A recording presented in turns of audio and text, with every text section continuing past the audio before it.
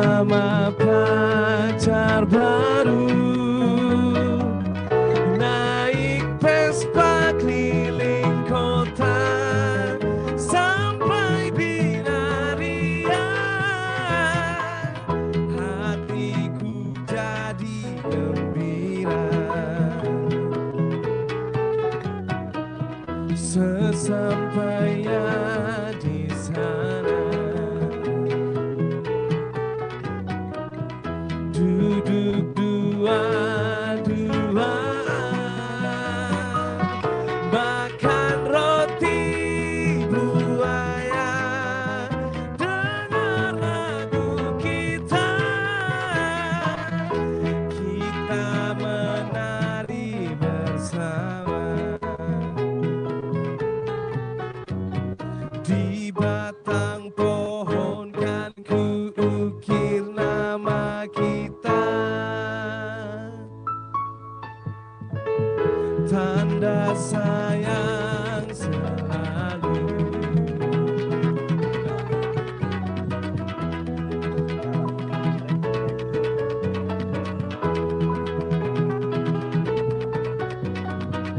Sore hari tak menjelang, saatnya untuk pulang. Vespa mogok di jalan, turun pula hujan. Berteduh kita di taman, lihat di itu melati. Indah nian berseri,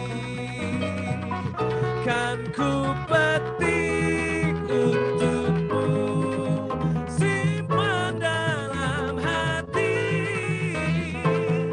Nanti ku ambil kembali, nanti ku ambil kembali. Nanti ku ambil kembali.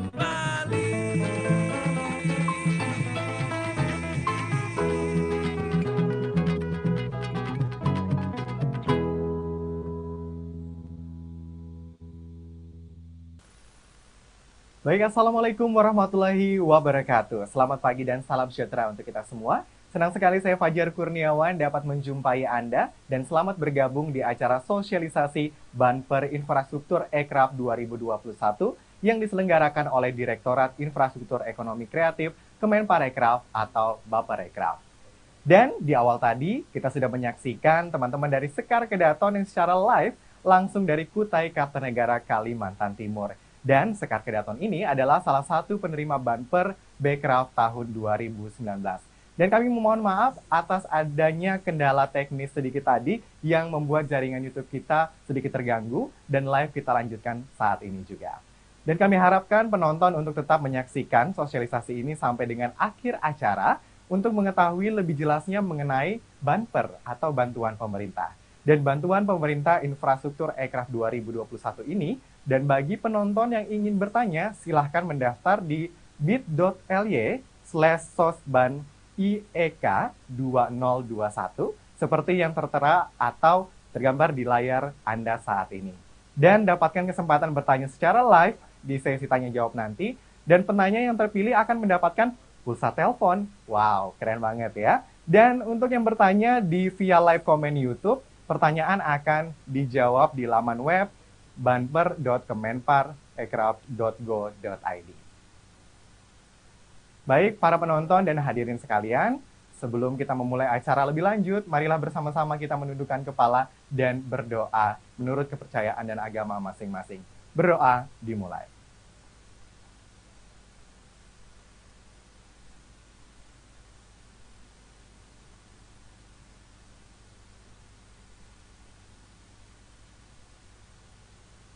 Berdoa selesai.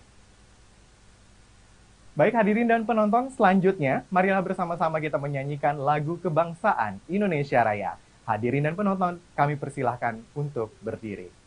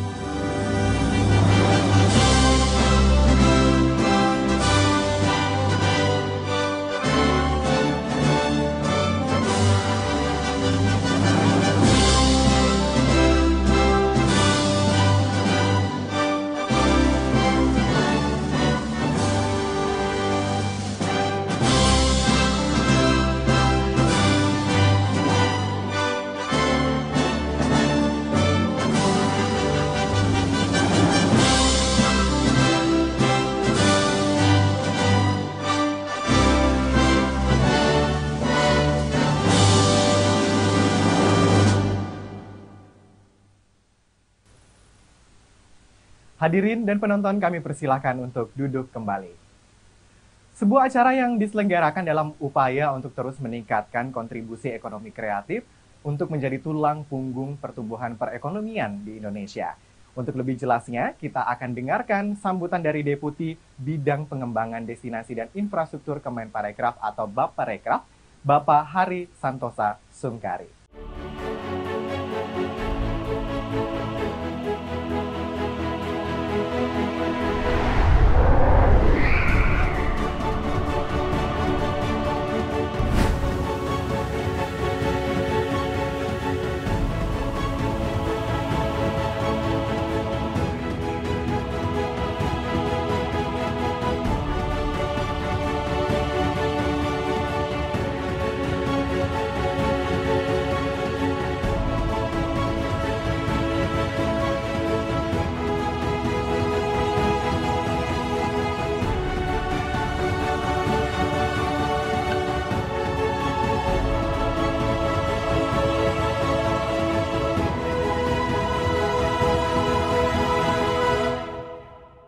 Pengembangan pariwisata tidak terlepas dari 3A. Aksesibilitas, amenitas, dan atraksi. Atraksi merupakan kekayaan alam, sejarah, budaya, dan semua buatan manusia. Ekonomi kreatif adalah produk dan jasa yang dibuat oleh manusia. Ada 17 subsektor di situ. Semua 17 subsektor yang bisa merupakan forward linkage kepada destinasi pariwisata. Nah, mereka para pelaku, para kreator, para produser ekonomi kreatif yang mempunyai potensial, namun perlu dibantu. Inilah di mana pemerintah memberikan insentif berupa bantuan pemerintah, berupa sarana dan prasarana, revitalisasi bangunan untuk mereka bisa melakukan value chain dari ekonomi kreatif, yaitu kreasi, produksi, distribusi, konsumsi, dan konservasi. Nah, diharapkan dengan ini akan banyak produk-produk ekonomi kreatif yang bisa dinikmati destinasi wisata dan kita bisa ekspor menjadi masukan devisa untuk negara Indonesia. Terima kasih.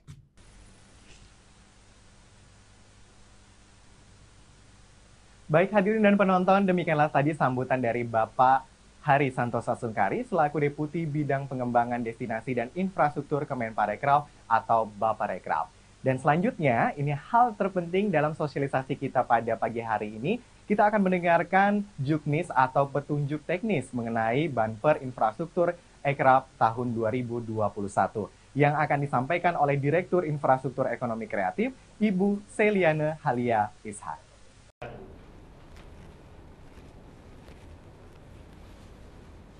Assalamualaikum warahmatullahi wabarakatuh. Kita ketemu lagi setelah terakhir kemarin tahun 2019 ya, kami sosialisasi untuk bantuan pemerintah tahun 2020 ya. Kita tahu sekarang kita semua sama mengalami masa pandemi.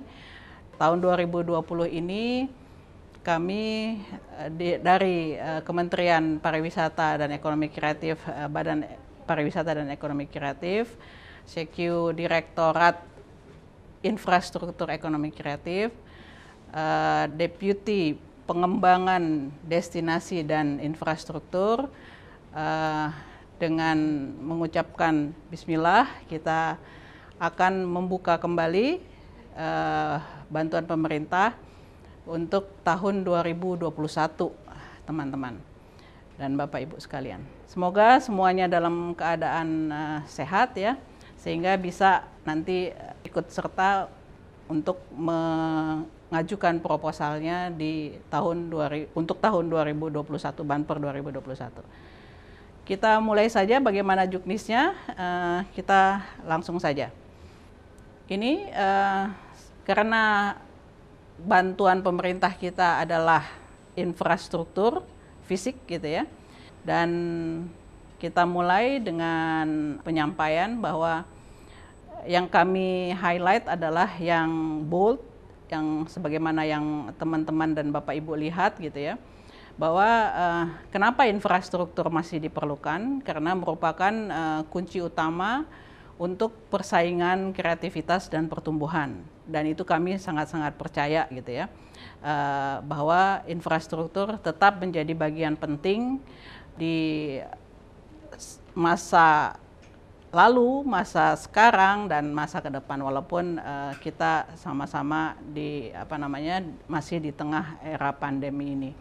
Kemudian melalui infrastruktur kami sangat berharap menjadi suatu tempat untuk mendapatkan stimulasi, inspirasi, ide-ide dan kepercayaan diri dari semua komunitas aircraft di seluruh Indonesia. Ini bagi yang sudah pernah tahu apa itu Banper infrastruktur atau dulunya disebut Banper Bekraf gitu ya. Kita sama-sama tahu bahwa semua yang disebut namanya bantuan pemerintah adalah tidak memenuhi kriteria bantuan sosial. Jadi Bapak Ibu dan teman-teman sekalian harus dipahami bahwa ini bukanlah bantuan sosial gitu ya. Kalau dari sisi kami berupa barang gitu, berupa barang dan jasa yang diberikan sebagai stimulan, itu kami bold. Stimulan apa artinya? Itu hanya sebagai penggoda saja gitu ya, sebagai pemantik saja, bukan untuk terus-terusan diharapkan diberikan oleh pemerintah kepada teman-teman pelaku ekonomi kreatif. Ini yang sudah kami lakukan sejak tahun 2017, totalnya ada 1000-an. Lokasinya ada di 233 kabupaten kota seluruh Indonesia. Kita sudah ada dari Sabang sampai dengan Raja Ampat, belum Merauke. Nah, ini menantang juga nih teman-teman di Merauke untuk tahun ini, untuk tahun depannya dapat menerima Banper. Kalau dulu teman-teman tahu ketika Badan Ekonomi Kreatif ada 16 subsektor aircraft gitu ya. Nah, sekarang di Kemenparekraf, Baparekraf ada satu lagi. Jadi dulu apps dan game menjadi satu gitu ya. Aplikasi dan pengembang permainan menjadi satu. Sekarang sudah dipisah karena Bapak Menteri Parekraf meyakini bahwa, dan kita semua meyakini bahwa game atau pengembang permainan adalah suatu subsektor tersendiri yang mampu menuai atau mendapatkan peningkatan ekonomi yang cukup signifikan. Sehingga aplikasi dan pengembangan permainan seperti yang Bapak Ibu dan teman-teman lihat itu memang terpisah gitu ya. Nah, sehingga menjadi ada 17. Nah, siapa saja yang boleh mengajukan? Harus dari 17 subsektor ini. salah satu, salah dua, salah tiga, tapi tidak boleh 17-17-nya dikelola atau diampu ya, karena kami yakin kalau 17-17-nya maka si pengaju atau si pengusul tidak akan jadi apa-apa, karena tidak tahu, tidak fokus terhadap apa yang diminta gitu ya, terhadap untuk subsektor aircraft yang diminta. Oke, nah ini langsung kita lihat jenis bantuannya. Sebetulnya ada dua. Revitalisasi infrastruktur fisik, artinya ini terkait dengan bangunan. Kembali lagi nanti ada yang menjelaskan apa itu revitalisasi, tapi pada dasarnya revitalisasi adalah bukan membangun baru, Bapak Ibu dan teman-teman sekalian. Saya nanti akan ada yang menjelaskan, tim kami juga akan menjelaskan apa itu yang dimaksud dengan revitalisasi infrastruktur fisik gitu ya. Saya menjelaskan generalnya aja bahwa ini biaya konstruksinya saja minimal sebesar 500 juta. Ini bagian dari peraturan Kementerian PUPR. Kenapa 500 juta? Itu ada aturannya gitu ya. Ada yang kita jadikan referensi. Kemudian maksimalnya berapa Bapak Ibu untuk revitalisasi ini? Sebesar konstruksinya saja sebesar 3 miliar. Kemudian yang kedua ada sarana ruang kreatif. Sarana ruang kreatif ini kalau misalnya yang Bapak Ibu dan teman-teman yang dulu tahun 2017 sampai 2019 mengikuti program ini tahu bahwa ada sejak awal namanya paket teknologi informasi dan komunikasi. Nah, sekarang paket teknologi informasi dan komunikasi itu kami satukan di paket kedua, yaitu sarana ruang kreatif. Jadi termasuk kenapa makanya kami tulis di situ bantuan sarana garis miring TIK. Jadi termasuk maksimal 2 miliar. Kemudian itu sudah semua termasuk ongkos kirim, kemudian biaya instalasi dan kemudian pajak-pajaknya ya. Nah, yang ketiga ada kami sebut sebagai paket Parekraf. Ini tidak akan kami bahas detail dan panjang karena ini memang adalah paket direktif dari pimpinan kementerian.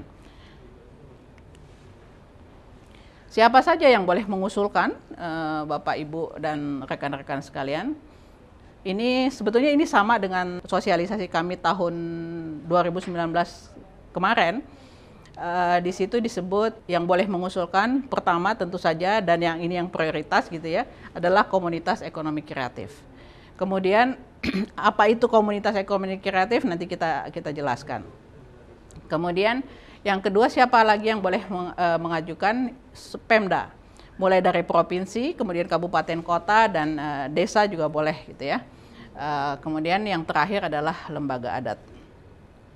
Ini kriteria pengusul, bisa Bapak Ibu dan rekan-rekan lihat gitu ya, bahwa tetap sama kalau yang mengikuti, bahwa kita mintakan program 2 tahun sebelum di proposalnya harus mengajukan itu ya, dengan bukti-bukti tentu saja. Bukti-buktinya adalah dengan foto atau video pendek yang dilampirkan di proposal.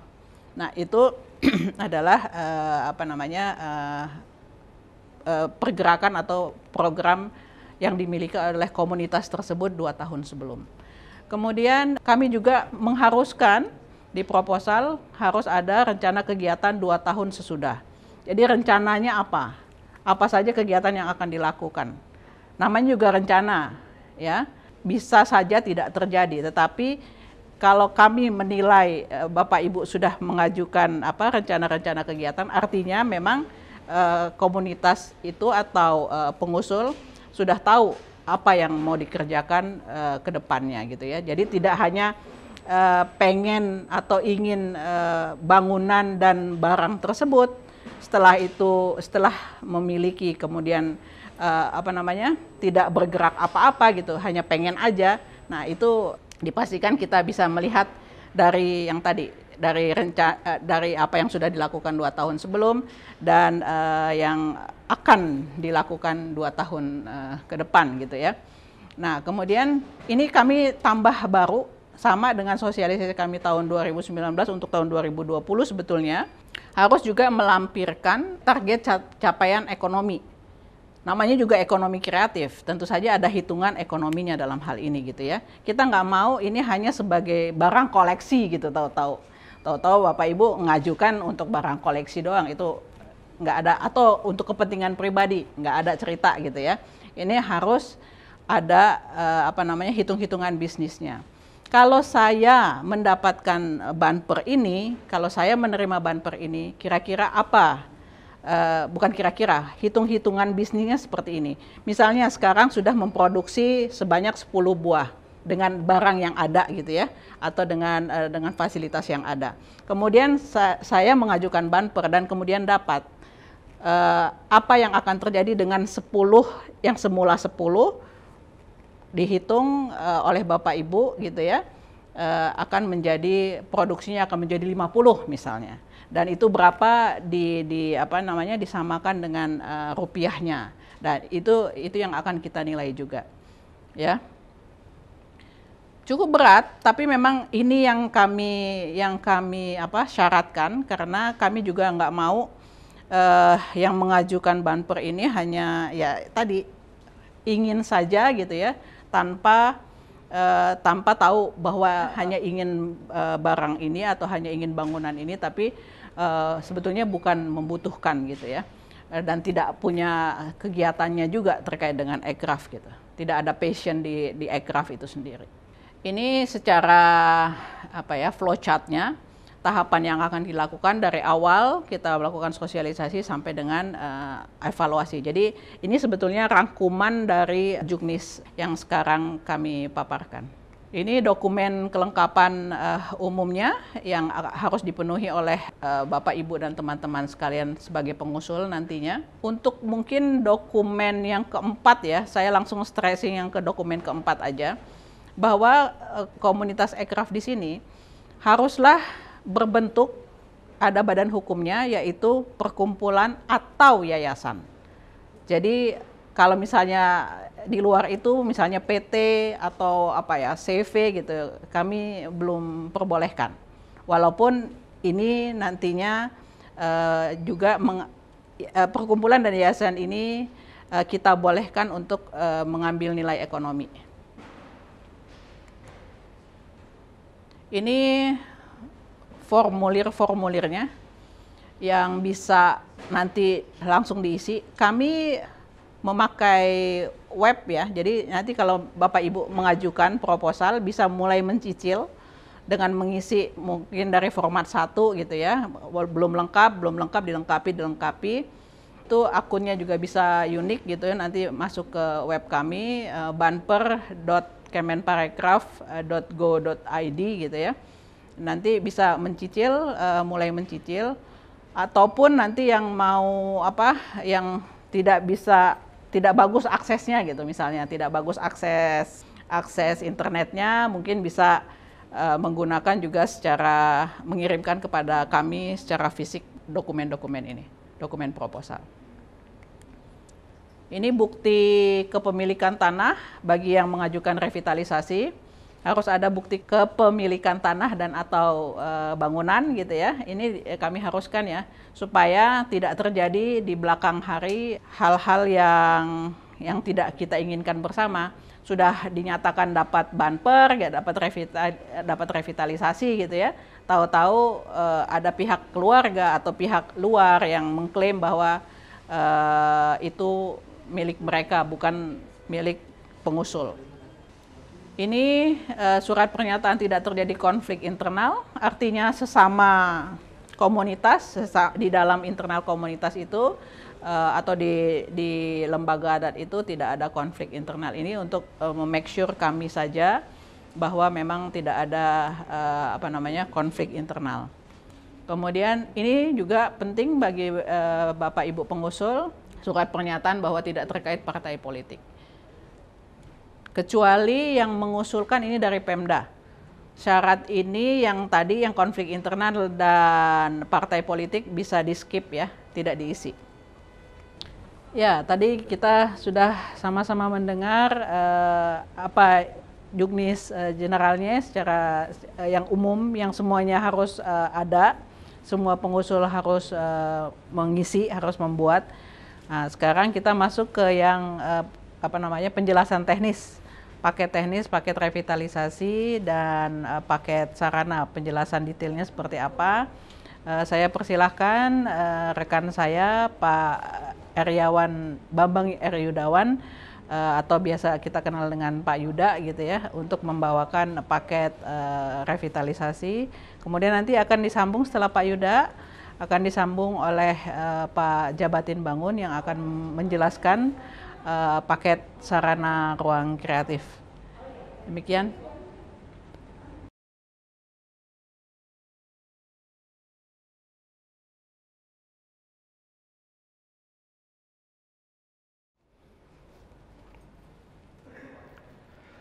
Terima kasih kepada Ibu Sally. Saya Bambang R. Yudawan akan membantu menjelaskan mengenai revitalisasi infrastruktur fisik ruang kreatif. Selamat datang kawan-kawan penggiat ekonomi kreatif di seluruh Indonesia. Seperti yang kita sudah ketahui, akan ada bantuan pemerintah mengenai revitalisasi infrastruktur fisik ruang kreatif. Ya, tentu itu sebuah kegiatan yang ingin mendorong, memberikan stimulasi kepada kawan-kawan jika memiliki ruang atau tempat untuk melakukan kegiatan revitalisasi ruang kreatif tersebut di tempat di mana saudara-saudara akan melakukan kegiatan itu supaya lebih baik, lebih meningkat, dan juga bisa memberikan kontribusi yang positif kepada kita semua. Tapi tentunya bukan membuat bangunan baru, bukan juga menambah bangunan. Kita sebut saja renovasi rumah, bangunan, atau ruangan. Biayanya lumayan juga, bisa minimal 500 juta, bisa untuk memperbaiki banyak hal, bisa juga sampai 3 miliar. Ya tentu ini disesuaikan dengan kebutuhan yang diperlukan.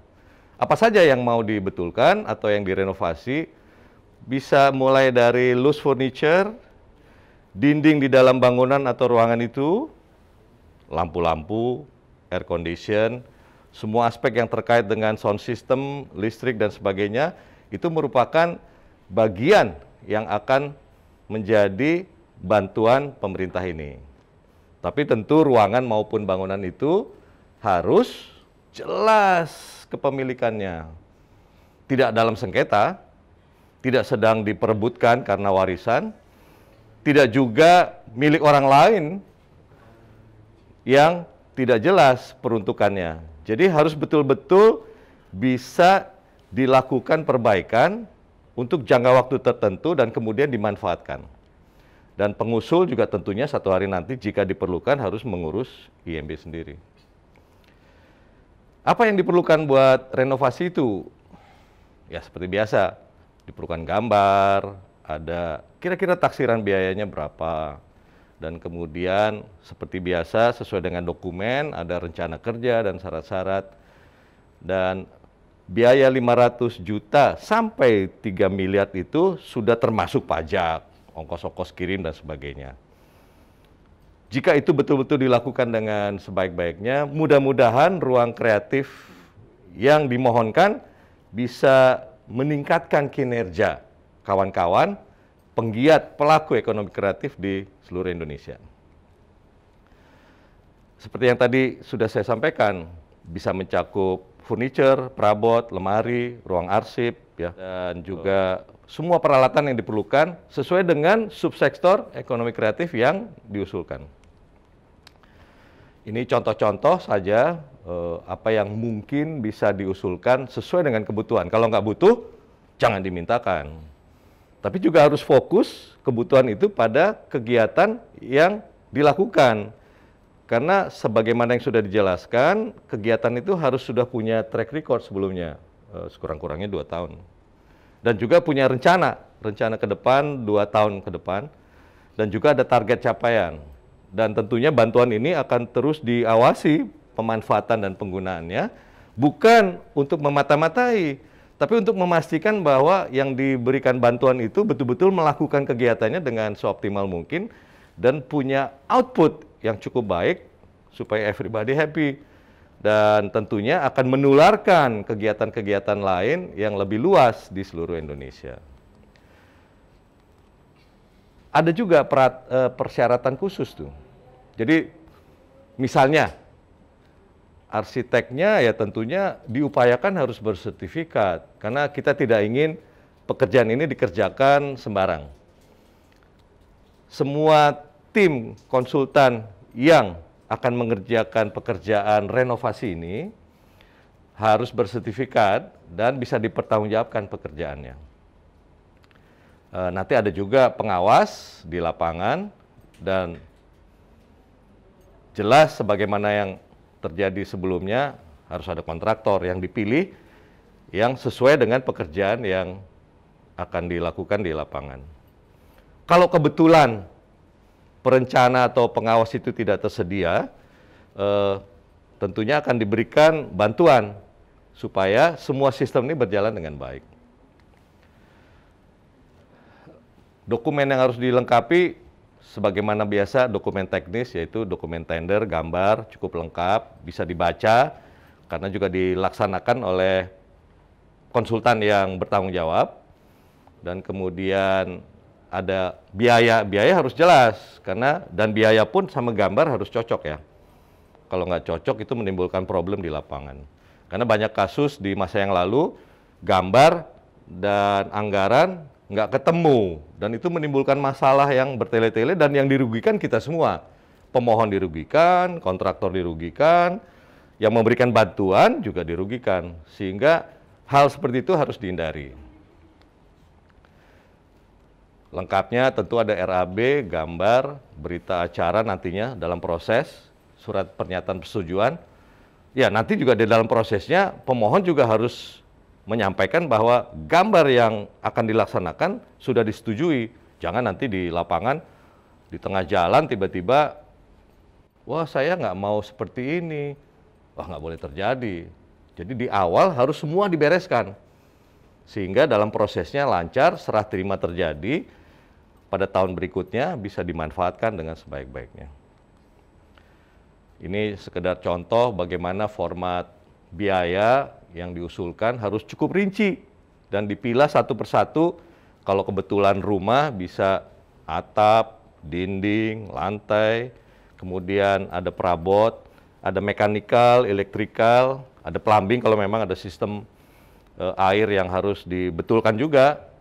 Semua akan dipenuhi sejauh itu memenuhi kebutuhan. Contoh juga ini, bagaimana gambar dibuat. Pertama-tama tentu lokasi ya. Kita harus tahu juga lokasinya di mana, di sebelahnya ada apa. Di tengah hutan, di tengah kota, ada ruko, ada pasar, jalan besar. Kemudian, dan ini semuanya akan dengan mudah harusnya dilakukan oleh arsitek yang memiliki sertifikat. Karena dia akan memiliki kompetensi itu. Nah, masuk kemudian pada bangunan atau ruangan yang mau direnovasi. Misalnya ruangannya 7 kali 10. Nah, digambarlah lantai pertama, kalau 2 lantai ya lantai kedua, dan kemudian ada potongan. Kondisi existing harus disampaikan. Ini keadaan yang sebenarnya, dibantu dengan foto-foto. Kemudian disampaikan pula rencana perbaikannya apa yang harus ditambahkan, apa yang mungkin ada yang dihilangkan, karena ada kebutuhan baru sebagai ruang kreatif. Dan kemudian ada potongan, ada tampak, ada perubahan tampak masih dimungkinkan asal menggunakan rumah atau ruangan yang sudah ada. Tidak boleh tanah kosong kemudian membangun baru. Atau sudah ada bangunan kemudian dibongkar dan meminta bantuan untuk menciptakan ruang kreatif yang baru. Bantuan ini fokus pada upaya untuk memperbaiki, menyempurnakan atau meningkatkan kualitas ruang yang sudah ada menjadi lebih baik agar bisa secara optimal dimanfaatkan untuk kegiatan ekonomi kreatif sebagaimana yang dimohonkan. Ini ada beberapa contoh saja gambar yang sudah standar sebenarnya jika dilakukan dengan benar akan memudahkan para kontraktor membaca gambarnya dengan baik, dicocokkan dengan biaya, mudah-mudahan dengan mudah juga dilaksanakan di lapangan. Bahkan sampai ke detail. Kenapa detailnya diperlukan? Untuk memastikan bangunan ini juga bukan cuma baik dari luar, tapi juga kokoh dan kuat. Siapa tahu itu daerah gempa, kita tidak ingin bantuan ini karena ada gempa tiba-tiba hilang dalam sekejap. Nah, ini contoh yang bagus. Ada beberapa gambar perspektif untuk menunjukkan hasil akhir yang akan terjadi nanti. Dengan ini harapannya semua pelaku ekonomi kreatif tentunya akan mendapatkan ruang yang lebih baik dari sebelumnya, dan tentunya juga bisa dikunjungi, siapa tahu kalau memang ini menciptakan ruang-ruang pameran barangkali, atau ruang kreatif ini juga menghasilkan sesuatu yang kemudian menjadi destinasi wisata. Nah, kombinasi antara penciptaan produk-produk dengan destinasi juga salah satu bagian yang jadi tujuan dari kegiatan ini. Ini sekedar contoh bagaimana ruang kreatif sudah di-upgrade fungsinya dan kondisi fisiknya menjadi jauh lebih baik dari sebelumnya. Salah satu yang menarik adalah apa yang terjadi di sebuah rumah di Sukabumi milik atau dikelola oleh Yayasan Sukuraga. Bisa diperhatikan sebelumnya rumah yang sudah cukup baik, tapi karena zaman berubah, pelaku juga berubah, sangat diperlukan sebuah peningkatan kualitas. Dan setelah dikerjakan oleh kontraktor yang tepat, dan kemudian juga berdasarkan gambar yang cukup baik, hasil akhirnya menarik sekali dan menimbulkan keingintahuan banyak orang, dan mudah-mudahan dalam proses yang akan datang, pelaku ekonomi kreatif ini mendapatkan banyak produk dan mendapatkan banyak kunjungan, dan bisa menularkan ide-ide kreativitas ini kepada pihak lain, bukan cuma di Sukabumi. Dan ada juga kasus di Jogja, bagaimana pandainya pemohon bekerja sama dengan arsiteknya, mencoba membangun satu ruang kreatif yang lebih baik. Bukan cuma di dalam, tapi juga termasuk ruang luar di antara bangunan itu. Nah, semua ini hanya akan terjadi jika semua ketentuan itu diikuti dengan baik. Dan jangan lupa, waktu sangat terbatas. Jadi jika ingin memohon sesuatu, pastikan perkirakan waktu pelaksanaannya. 3-4 bulan harus sudah selesai. Dan pastikan juga tersedia bahan-bahan yang diperlukan. Karena kalau tidak, kemungkinan besar proyek ini bisa gagal, dan itu tidak kita inginkan. Jadi mohon kepada para pelaku ekonomi kreatif yang memohon revitalisasi infrastruktur fisik ruang kreatif, perhatikan kondisi existing, perhatikan skala dan kualitas perbaikan yang diinginkan, dan juga perhatikan waktu yang tersedia.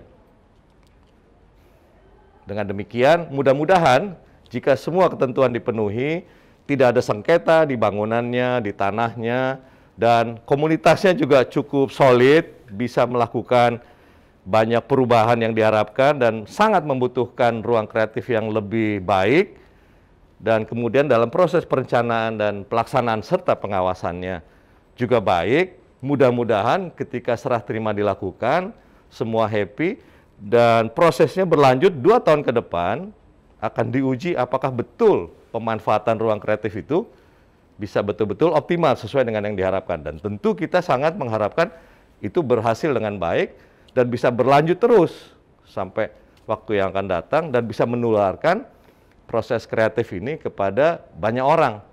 Karena Indonesia butuh ekonomi kreatif untuk memajukan bangsa dan negara ini. Semoga banyak pemohon yang mengajukan permohonannya untuk revitalisasi infrastruktur fisik ruang kreatif, dan jangan lupa perhatikan persyaratan-persyaratan termasuk yang khusus, dan semaksimal mungkin kita akan bantu untuk kemajuan Indonesia tercinta. Terima kasih.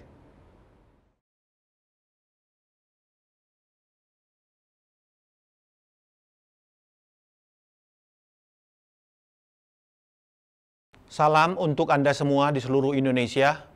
Berikut ini saya akan mempresentasikan bantuan sarana ruang kreatif yang akan diberikan oleh Parekraf. Apa yang dimaksud dengan sarana ruang kreatif? Sarana ruang kreatif adalah bantuan berbentuk barang yang berkaitan dengan kebutuhan 17 subsektor ekonomi kreatif yang bisa dimanfaatkan oleh para pelaku dan juga para orang-orang yang terlibat di dalam ekonomi kreatif. Jadi barang-barang ini selalu berkaitan dengan 17 subsektor itu. Macam-macam jenisnya, nanti saya jelaskan di bagian berikut. Tetapi saya kira yang paling penting adalah kita tidak memberikan bantuan barang-barang yang sifatnya habis pakai. Misalnya kita kasih printer tapi minta tinta, sehingga tintanya itu dipakai 2-3 hari habis gitu. Jadi itu tidak dibantu. Untuk awal pertama boleh, tapi saya kira nanti jenis-jenis barang yang diajukan harus merupakan barang-barang yang memang diperlukan oleh subsektor ekonomi kreatif. Contoh-contoh yang bisa dilihat dari presentasi ini adalah semua peralatan yang diperlukan untuk subsektor seni pertunjukan, untuk subsektor film, video, seni rupa, kriya. Ya. Jadi yang diperlukan di sini adalah perangkat-perangkat yang memang diperlukan untuk Anda beraktivitas dan bersama komunitas mengembangkan program-program yang akan dilakukan di dalam 2 tahun ke depan setelah bantuan ini diserahkan. Persyaratannya adalah bantuan ini maksimal 2 miliar. Ya, sudah termasuk di sini ongkos kirim, biaya instalasi, dan pajak. Tapi saya kira kita harus mempertimbangkan bahwa bantuan yang 2 miliar itu bukan sesuatu yang harus diajukan 2 miliar. Bapak dan teman-teman semua bisa mengajukan memang sesuai dengan keperluan, jadi bukan keinginan. Dari pengalaman-pengalaman kita beberapa tahun yang lalu, kalau meminta sebuah bantuan, itu selalu memepetkan kepada tahap anggaran yang tertinggi, misalnya 1.999 juta gitu. Saya kira itu bukan tujuannya.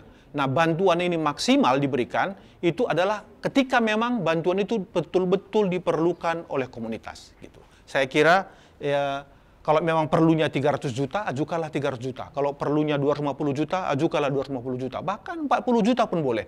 Sesuai dengan keperluan dari komunitas yang Anda kerjakan bersama-sama dengan komunitas itu sendiri. Lalu persyaratan khusus. Ya.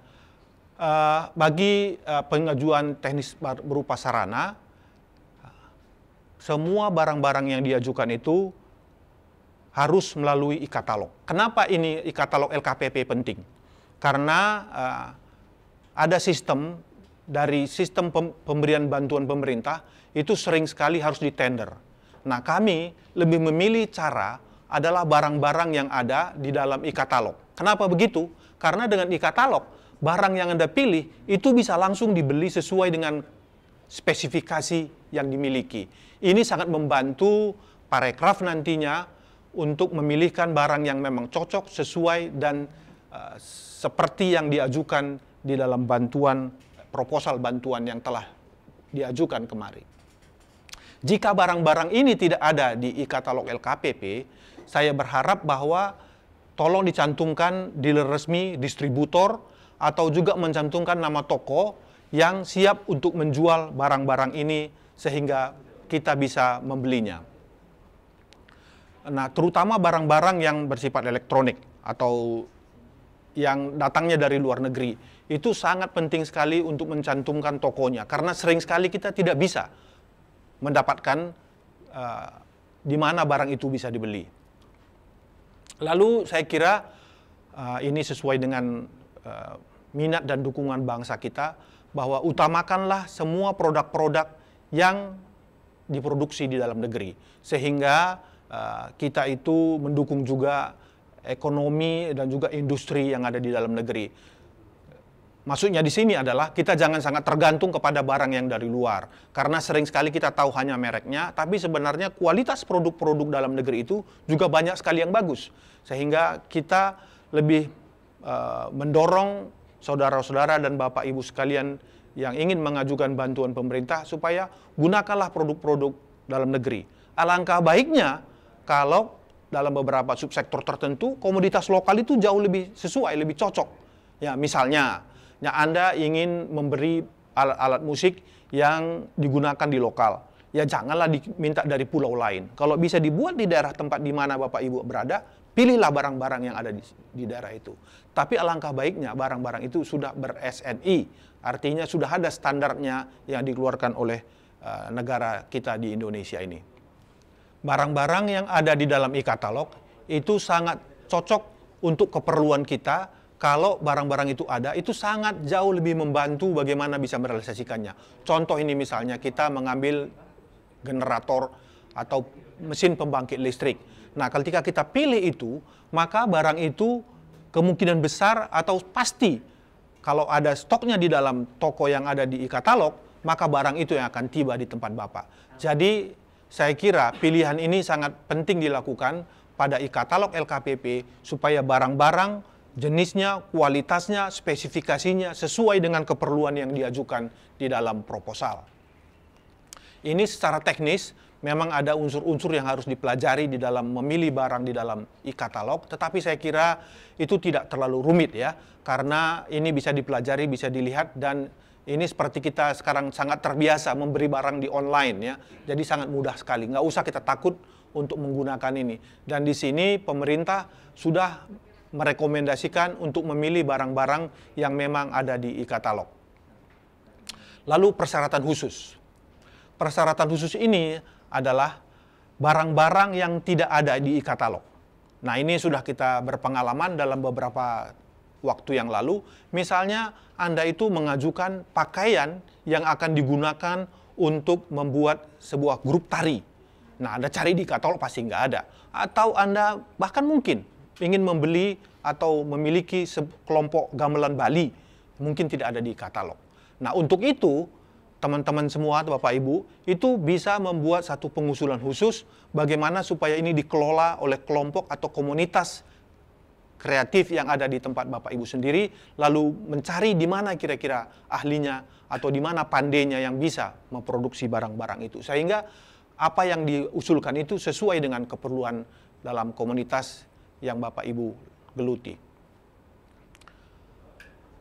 Bagi pengajuan jenis TIK, ya, standar nasional Indonesia itu sangat diperlukan. Ini berasal dari Direktorat Jenderal Sumber Daya karena kualitas barang-barang yang kita gunakan, yang diberikan dalam bantuan pemerintah ini memang spesifikasinya standar. Jadi harus memilih barang-barang yang layak dan cukup aman untuk digunakan di dalam komunitas yang nanti digunakan itu dalam waktu yang cukup panjang. Nah, persyaratan swakelola tadi, di mana pengajuan jenis-jenis barang khusus itu yang tidak tersedia di pasar, tidak tersedia di tempat-tempat di mana Anda bisa mengajukan pembelian dalam e-katalog tadi, itu bisa diswakelola tipe 4 namanya. Nah, itu nanti ada sistem tertentu di mana Bapak sendiri mengelola, diberikan dana anggaran secara langsung kepada komunitas, lalu komunitas itu yang akan mengelola anggaran itu supaya bisa membeli dan membuat sesuai dengan spesifikasi yang diperlukan. Ini memang dalam bantuan 17 subsektor ini ada kadang-kadang subsektor yang memang sangat spesifik keperluannya, dan ini difasilitasi dengan persyaratan khusus dalam bantuan tipe 4 swakelola ini. Lalu kita sudah berbicara tentang bentuknya, bantuannya seperti apa, dan saya kira juga berikut ini saya ingin meminta syarat, ya. Kita ingin meminta syarat bahwa ketika Bapak dan Ibu sudah diberikan sarana ini, juga harus ada tempat menyimpannya. Jadi jangan diusulkan banyak barang, ketika barang datang tergeletak di mana-mana dan tidak bisa disimpan dengan baik. Karena barang-barang ini bisa jumlah dan harganya mahal, tetapi kalau tidak ditempatkan di ruang yang aman, nyaman, dalam arti ya tidak bocor, ya tidak bisa masuk tikus untuk menggigiti kabel-kabel kalau elektronik gitu. Itu saya kira satu syarat yang sangat penting sekali juga dipertimbangkan. Jadi ketika kami nanti memverifikasi ke lapangan, kita sangat meminta syarat apakah ruang penyimpanan dari alat-alat ini cukup layak dan mampu menampung semua peralatan yang akan diberikan. Ini saya sampaikan lampiran-lampiran yang memang harus diisi sebagai sebuah syarat yang sangat membantu untuk melihat apa sebenarnya keperluan dari Bapak Ibu semua. Yaitu disebut dengan lampiran paket B, yaitu rancangan anggaran biaya. Nah, ini rancangan anggaran biayanya dengan spesifikasi barang. Kalau tadi Bapak Ibu mengambil atau memilih di dalam e-katalog itu sudah ada. Jadi itu tinggal hanya memasukkan saja semua. Kirimkan ke bagian dalam proposal. Lalu ada berita acara verifikasi lapangan untuk sarana ruang kreatif. Ini tadi yang saya cerita, bahwa ketika kita ingin memberikan bantuan, ruangnya itu memang ada. Lalu ruang itulah yang akan kita lihat apakah cocok sesuai spesifikasinya. Lalu juga syarat pernyataan persetujuan. Ini sering sekali barang yang sudah ada dan sudah siap untuk dikirim, tetapi kadang-kadang tidak diterima dengan baik di lapangan. Jadi kalau kita sudah sepakat nanti di dalam anggaran, di dalam rencana anggarannya, itu harus ada penandatanganan surat pernyataan persetujuan bahwa oh saya tadinya mau barang yang ini, bukan yang ini, bukan yang itu gitu. Jadi ini adalah saya kira syarat-syarat yang memang harus kita sepakati supaya semua barang yang diajukan dan nanti barang yang dikirim itu betul-betul atas persetujuan dari para pengaju. Lalu berita acara serah terima ruang kreatif. Ini adalah bentuk format yang nanti kalau sudah terpilih menjadi penerima, maka ada berita serah terima acaranya. Ini adalah bentuk-bentuk contoh dari RAB. Nah, saya kira RAB ini bukan untuk ditiru seperti ini, barang-barang atau jenis yang akan digunakan. Karena kenapa begitu? Ini adalah hanya contoh. Pilihlah barang-barang yang sesuai dengan spesifikasi kelompok komunitas yang Bapak Ibu perlukan. Nah, ini contoh-contoh yang sudah pernah kita berikan ya, untuk beberapa kelompok di beberapa daerah, misalnya di Kalimantan, di Sumatera, ya di tempat-tempat lain yang berupa alat-alat untuk komunitas produksi film. Nah, ini contoh-contoh untuk yang saya sebut tadi, swaklola, di mana sarana yang diberikan itu berupa kostum seni pertunjukan yang sangat spesifik keperluannya. Nah, ini saya kira memang harus dibuat sendiri dengan kelompok itu yang punya keahlian untuk melakukan pekerjaan ini, bagaimana merajutnya, memilihnya, memformat sesuai dengan spesifikasi yang diperlukan. Terima kasih, saya kira ini presentasi bantuan sarana yang bisa diberikan. Salam untuk Bapak Ibu semua seluruh Indonesia. Terima kasih.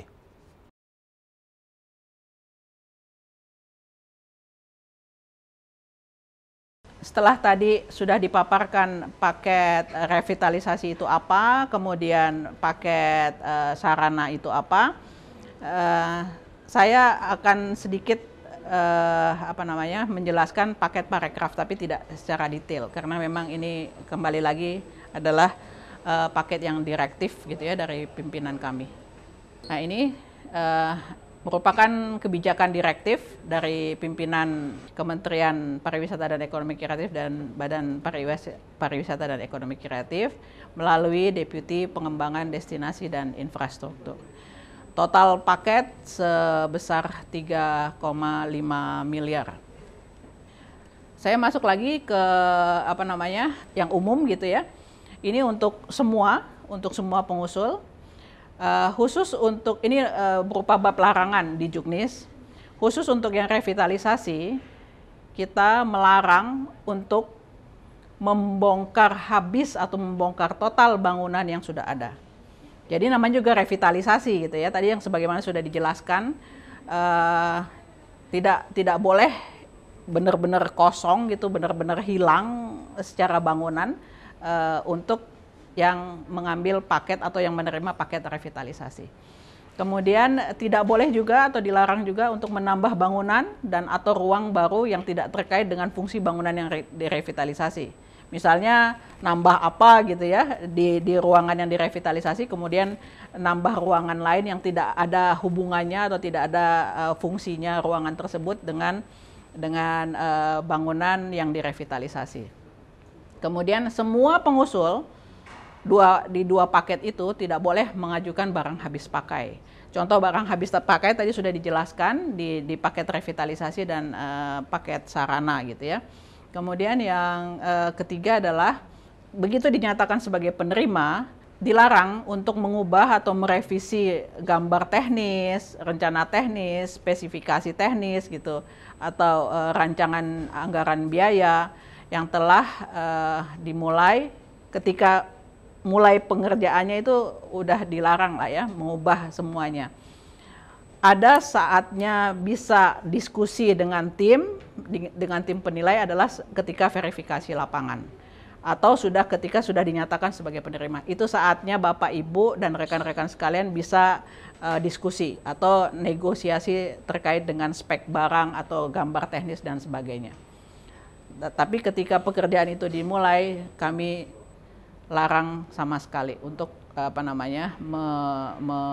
merubah atau merevisi. Yang keempat, penerima menolak penyedia barang yang sudah kita tender itu ya saat dimulainya pekerjaan. Ini biasanya di bangunan, di revitalisasi nih, atau dalam waktu pelaksanaan pekerjaan. Alasannya misalnya, wah kami pas ada acara nih, padahal pekerjaan ini kan harus jalan juga gitu. Pekerjaan bangunan itu harus jalan juga, sementara misalnya si penerima ini ada acara yang tidak bisa diubah gitu pada tanggal tersebut. Nah ini akan terjadi pelambatan dari kontrak yang kami lakukan dengan si penyedia. Itu dilarang juga. Kemudian yang kelima, tidak menandatangani. Kita ada PKS nanti ya Bapak Ibu sebagai penerima, nanti kami mintakan untuk menandatangani perjanjian kerjasama yang isinya juga di dalamnya ada sanksi gitu ya. Nah itu kami haruskan penerima untuk menandatangani. Tentu saja kita beri kesempatan untuk membaca PKS tersebut. Kemudian yang keenam adalah penerima mengalihkan bantuan kepada pihak lain saat mulai, sedang, dan setelah menerima bantuan. Nah, ini mungkin saja terjadi gitu ya, mengalihkan dengan alasan apapun gitu tidak kami benarkan, artinya dilarang. Kemudian ketika mengajukan proposal yang terakhir ini, ketika mengajukan proposal yang tanda tangan nih ketuanya nih, ketua dari lembaga tersebut, dari komunitas Ekraf tersebut misalnya, atau kepala daerah misalnya ya, kepala daerahnya yang tanda tangan.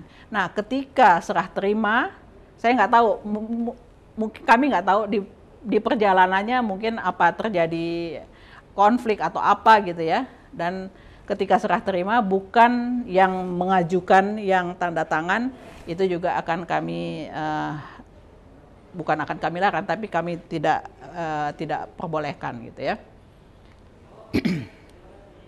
Kemudian laporan. Laporan ini kami haruskan supaya kami bisa memantau apa yang Bapak Ibu janjikan atau rekan-rekan janjikan ketika mengajukan proposal. Dan setelah menerima barang, kami akan memantau, dimanfaatin nggak sih sebetulnya? Benar-benar suatu kebutuhan apa enggak sih sebetulnya gitu ya. Nah ini pentingnya atau kenapa laporan ini kami haruskan. Mudah aja sebetulnya, bagi yang tidak punya akses kepada sosial media, sebagaimana kita tahu sekarang semua orang rasanya punya, mulai dari kita sebut ya, sosial media lah, Facebook, Instagram, Twitter, apalagi yang terakhir yang baru-baru ini ya, TikTok gitu ya. Tapi TikTok belum ada ya di kita ya. Mungkin bisa ditambahkan akun TikTok tuh nanti. Nah, artinya dengan mudahnya seperti demikian mudahnya gitu ya, kami syaratkan Bapak Ibu dan rekan-rekan sebagai penerima banper untuk melaporkan apa yang dilakukan. Gitu, misalnya ada pertunjukan hari ini dengan menggunakan barang-barang yang diterima dari banper. Tinggal posting tinggal foto, tinggal bikin video singkat gitu. Langsung aja di tag akun-akun yang ada di layar gitu ya, atau di Juknis itu nanti di follow gitu. Nah, tinggal di di tag aja. Itu mudahnya. Kalau mau agak lebih sulit atau misalnya dengan alasan tadi akses internetnya tidak ada gitu ya, ya silahkan, atau tidak menggunakan sosial media, silahkan menuliskan, artinya bikin laporan resmi gitu ya, kegiatannya ini tanggal berapa gitu, di mana gitu, dan mengirimkannya kepada direktorat kami. Ini kami mintakan, kami syaratkan 2 tahun sejak menerima banper itu terus-menerus dilakukan. Jadi jangan berhenti, supaya kami juga melihat dari proposal Bapak Ibu ini benar dilakukan apa enggak sampai 2 tahun kemudian. Nah, sama juga tadi ada capaian target ekonomi, itu juga kami harapkan, tentu saja ini tidak melalui sosmed ya, tapi bisa mengirimkan email kepada kami dan mengirimkan surat hard copy juga bisa kepada kami gitu ya. Laporan pendapatan tadi, pendapatan ekonominya. Nah, evaluasi, apakah kita akan evaluasi? Iya, Bapak, Ibu, dan teman-teman sekalian. Ini hanya dalam 2 tahun setelah menerima, sekurang-kurangnya kami akan melakukan evaluasi itu 1 kali dalam 2 tahun gitu ya. Melihat juga kepada bagaimana intensitas pekerjaan atau program di kami. Tujuannya Bapak Ibu bisa lihat yang apa saja komponen yang akan dievaluasi, misalnya peruntukannya cocok apa enggak gitu sama waktu pengusulan gitu ya, kesesuaian pemanfaatan, kemudian juga pendapatan bisnisnya sesuai enggak, kan jangan-jangan cuman ini buat-buat saja waktu awal gitu, tapi ketika menerima semuanya sudah tidak cocok gitu. Atau bisa jadi yang menerima barang tahun berikutnya udah dijual, wah itu lebih parah lagi tuh. Ini pernyataan penyangkalan. Kenapa ada pernyataan penyangkalan? Ketika kami tidak tahu, ketika Bapak, Ibu, dan rekan-rekan sekalian mengajukan proposal itu, apakah ada melanggar hak kekayaan intelektual orang lain? Nah, itu yang kita tidak tahu. Tapi ketika mengajukan proposal dan itu tahu-tahu diklaim ada orang yang klaim bahwa itu milik idenya dia atau apa, itu kita sangkal ya. Bapak Ibu pernah mengajukan itu. Artinya kami tidak mau ikut campur di masalah hukum yang terkait dengan hak kekayaan intelektual. Begitupun ketika sudah menerima banper nantinya. Misalnya ruang tersebut dijadikan yang aneh-aneh gitu. Dijadikan untuk tempat kejahatan atau apapun gitu yang di luar pengajuan proposalnya, itu kita akan deny.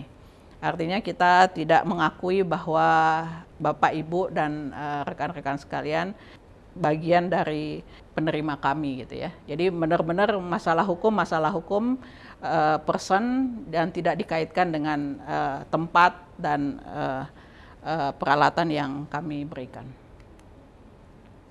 Nah, ini mungkin ya bagian yang paling menarik untuk disimak oleh Bapak, Ibu, dan teman-teman sekalian.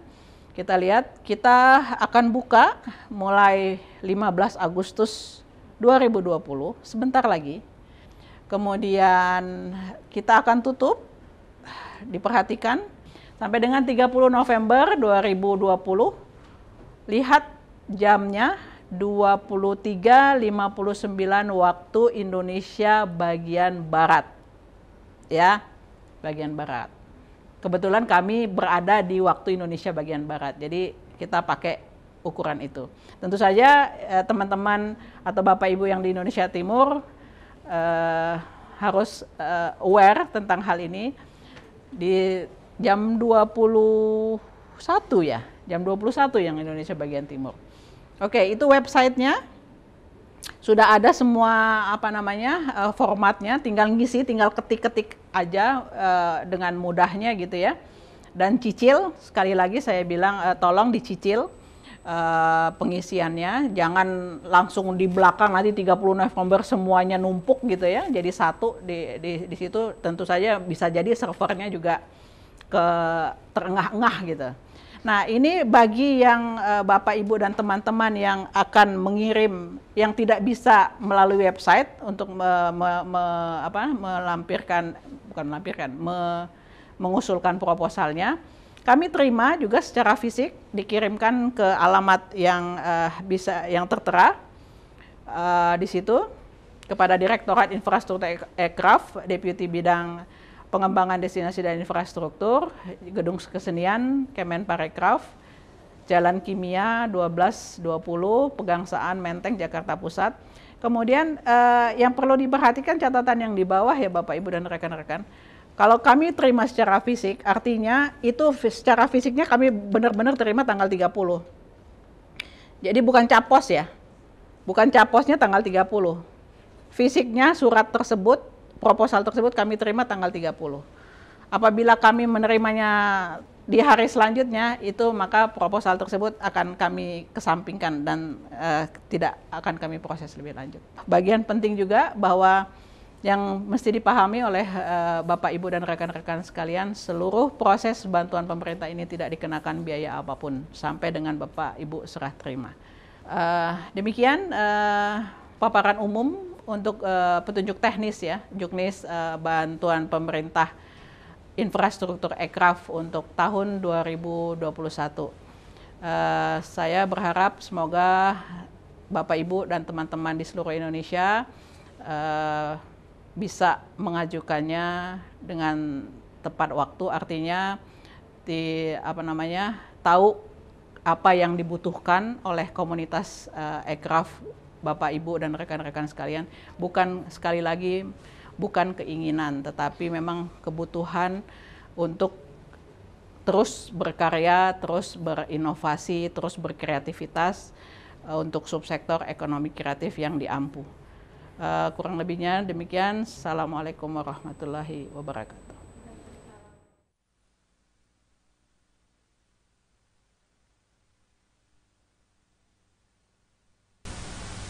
Baik, demikian penjelasan petunjuk teknis mengenai bantuan infrastruktur ekraf tahun 2021. Bagi yang ingin bertanya, kami persilahkan kepada Anda untuk mendaftarkan diri Anda terlebih dahulu di bit.ly/sosban-iek 2021 seperti yang tertulis di layar Anda saat ini. Dan dapatkan kesempatan bertanya secara live di sesi tanya jawab nanti. Dan untuk saat ini saya ingin menyapa terlebih dahulu kepada penonton yang berada di seluruh Indonesia yang sedang menyaksikan kami pada pagi hari ini. Saya ingin menyapa terlebih dahulu dari Aceh, kemudian rekan-rekan dari Kalimantan, kemudian dari Pulau Jawa, Sulawesi, dan tentunya rekan-rekan kita yang ada di Papua juga yang sedang menyaksikan sosialisasi yang sangat bermanfaat ini untuk Anda tentunya ya.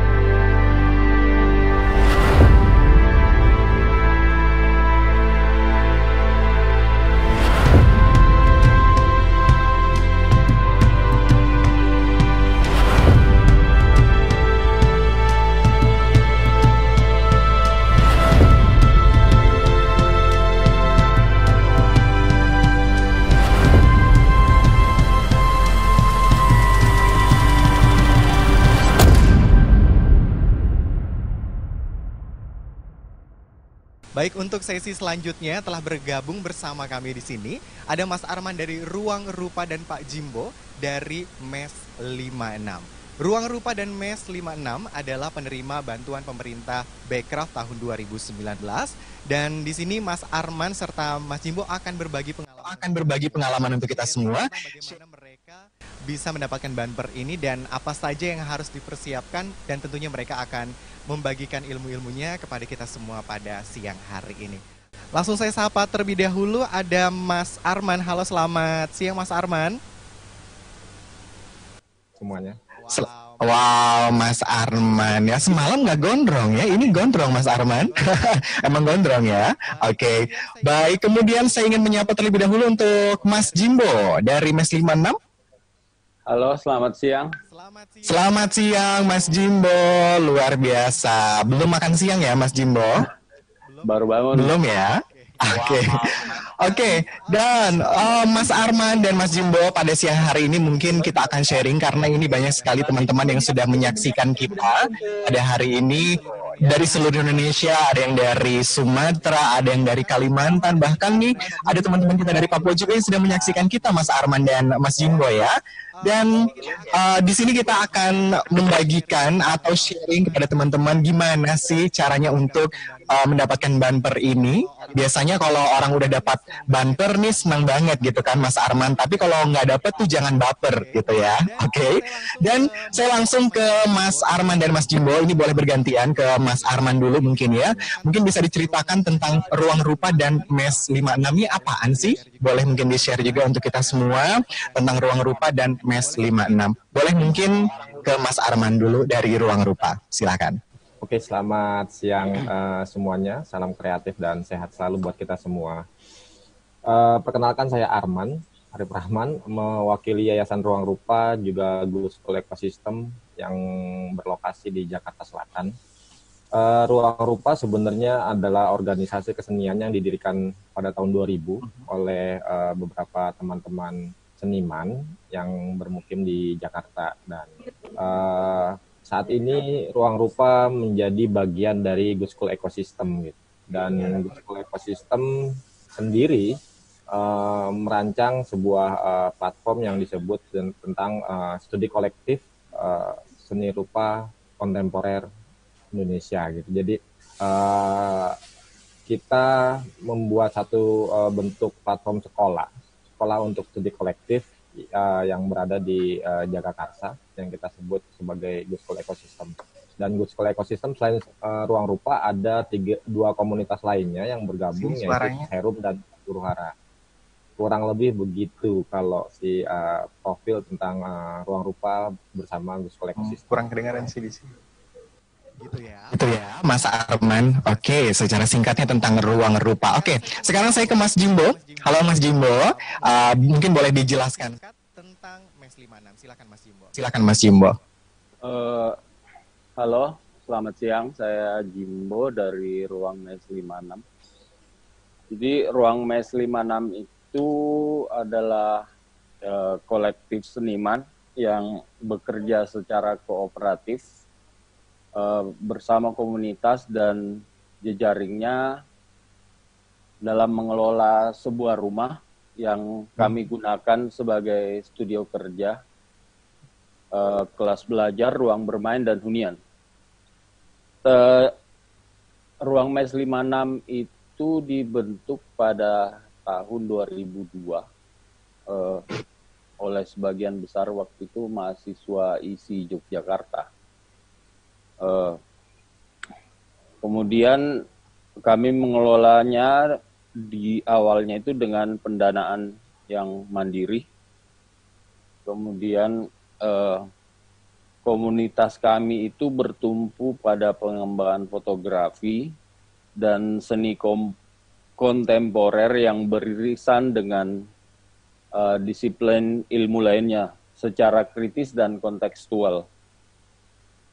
Tujuannya sih ya demi terwujudnya masyarakat yang terbuka, kreatif, dan mandiri. Saat ini kami bertempat tinggal di Jalan Mangkuyudan nomor 53A, Yogyakarta. Untuk informasi yang lebih detail mungkin kita bisa mengunjungi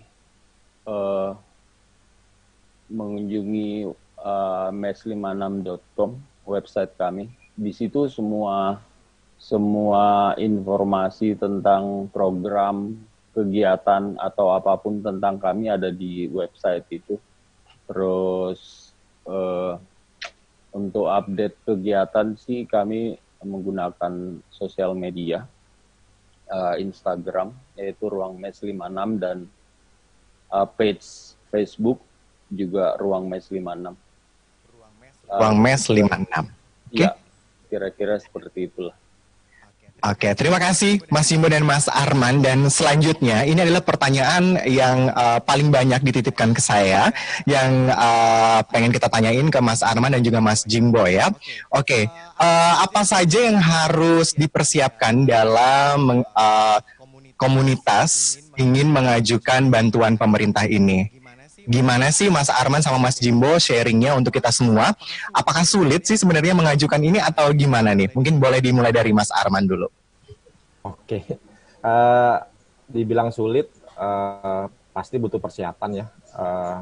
Jadi emang yang persiapan pertama adalah kita mengetahui dan membaca betul tentang, mempelajari tentang petunjuk teknis yang sudah tadi dipaparkan, atau nanti ada PDF-nya, bisa langsung dipelajari bagaimana sistem dan SOP atau syarat dari pengajuan Banper Ekraf di 2021 ini. Pasti akan berbeda, sedikit berbeda tadi dengan yang pernah kami lakukan gitu. Jadi emang kami coba melihat kembali si Juknis tersebut gitu. Nah, saya akan share screen sedikit.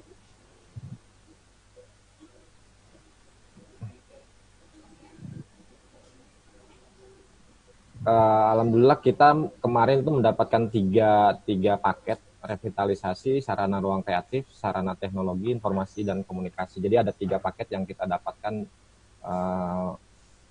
menggunakan legal Yayasan Ruang Rupa.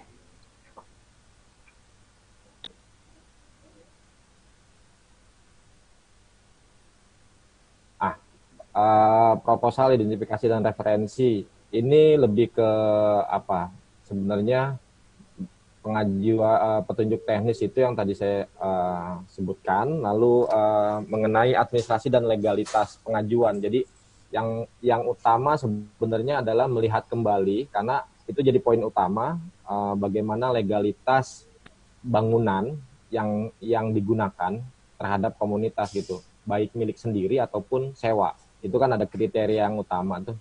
Yang kedua, kemarin kita coba menggunakan legalitas Yayasan Ruang Rupa, karena memang Guskul sendiri baru dibentuk pada tahun 2018, jadi belum punya legal yang mumpuni gitu untuk dijadikan badan hukum. Jadi kita menggunakan Yayasan Ruang Rupa.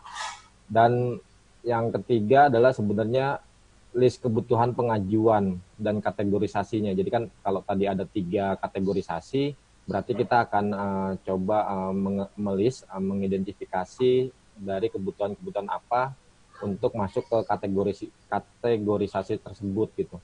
Nah, terakhir adalah tentang estimasi dan referensi. Pastinya estimasi sekarang gampang banget untuk kita cari referensinya di internet gitu, atau di para ahli teman-teman jaringan kita untuk menanyakan harga ataupun estimasi barang yang akan digunakan. Nah, catatan saya sebenarnya dalam pengalaman kami kemarin adalah pahami semua kebutuhan pengajuan dan spesifikasinya. Jadi kayak kami misalkan kemarin mengajukan tentang komputer desktop untuk server, tapi ternyata nggak include sama softwarenya. Nah ini kan juga jadi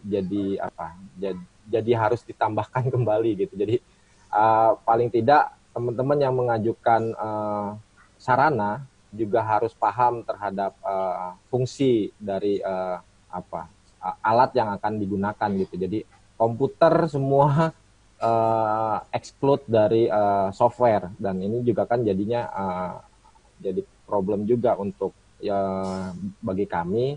Jadi kita harus menambahkan itu agar si unit ini bisa dioptimalkan gitu.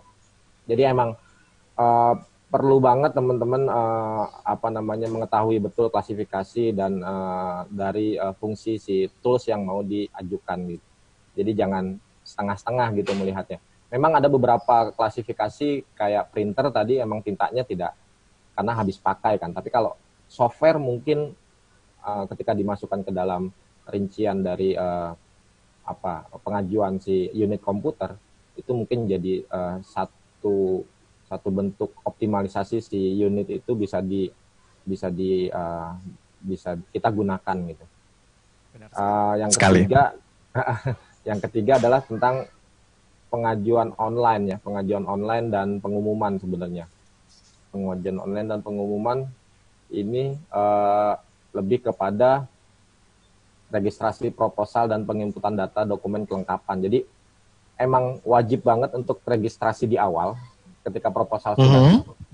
Lalu selanjutnya adalah kita menginput beberapa data dokumen kelengkapan. Itu kalau nggak salah ada sekitar 24 data dokumen kelengkapan. Kalau teman-teman mengambil 3 paket, yang kemarin kita lakukan tuh mengambil 3 paket, kita harus mempunyai sekitar 24, setahu saya 24 data dokumen kelengkapan. Jadi ada ya surat tanah, ada macam-macam lah, nanti bisa dilihat di Juknis ya. Setelah itu sudah masuk semua, kita nunggu pengumuman, kita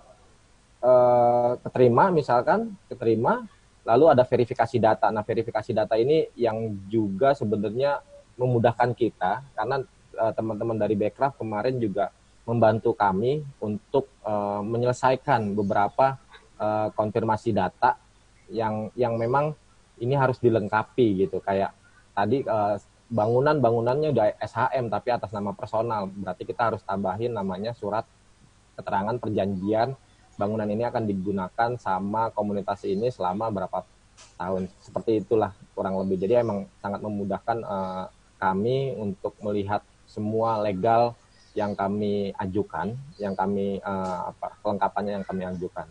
Setelah itu adalah yaitu proses penerimaan bumper sebenarnya juga harus diperhatikan buat teman-teman. Ini masalah kemarin adalah ketika kita sudah tahu kita sebagai penerima, kita sebenarnya bisa banget mengawal bagaimana pelelangan. Bagaimana lelang terbuka itu di LPSE, kalau nggak salah kemarin saya coba melihat lpse.becraft.go.id, itu ada ketika misalkan revitalisasi sarana ruang kreatif Yayasan Ruang Rupa. Nah, itu kita bisa banget untuk jadi kayak memantau lah, oh sudah ada di lelang nih, berarti kita tinggal tunggu aja siapa yang jadi pemenang di lelang. Dan itu pun kita bisa banget di sekarang ini untuk ketika tahu PT mana, kita bisa research juga untuk PT A, PT B gitu, kita bisa research secara internet gitu ya, secara dunia maya kita bisa cari, oh ternyata kayak gitu. Itu jadi penting buat kami melihat siapa yang akan kerjasama dengan kita di yang kan Becraft juga punya namanya penyedia kan, pihak penyedia ini yang akan turun untuk membantu kita bagaimana mewujudkan pengajuan yang kita sudah ajukan gitu. Nah, itu jadi penting buat teman-teman selalu memantau arah situ. Terakhir adalah sebenarnya ketika pemantauan sudah, lalu kita kan tahu sebenarnya kalau di sini saya bikin sebuah jadwal yang hasil dari obrolan bersama tim Becraft sampai pada kapan sih sebenarnya eksekusi ini dilakukan. Nah, ini buat teman-teman yang revitalisasi ini jadi penting buat tahu, karena semua kegiatan harus off. Nah, ini jadi siap-siap kita untuk bagaimana si Revit ini jadwalnya gitu. Jadi emang semua kegiatan akhirnya harus off ketika Revit itu berjalan. Jadi teman-teman setelah menjadi penerima, kawal terus bagaimana jadwal itu bergulir, bagaimana eksekusi itu dilakukan gitu, kapan, dan kita harus off di mana, sampai kapan. Nah, itu jadi penting buat teman-teman langsung merencanakan proses dari kegiatan-kegiatan yang berjalan. Terakhir adalah serah terima sih kemarin. Serah terima ini kita ada garansi sebenarnya dari serah terima itu, kalau nggak salah 6 bulan ya. Kalau salah saya lupa 6 bulan. Jadi ada garansi dari penyedia. Jadi terus aja dipantau dari apa yang sudah mereka perbaiki dari penyedia ini. Teman-teman wajib memantau dan melaporkan kepada teman-teman tim Becraft untuk melaporkan hal tersebut gitu, agar penyedia juga langsung bisa membetulkan datang lagi untuk membetulkan sarana-sarana apa yang ternyata rusak. Pasti ada garansinya, garansi bagian mana dan seperti apa.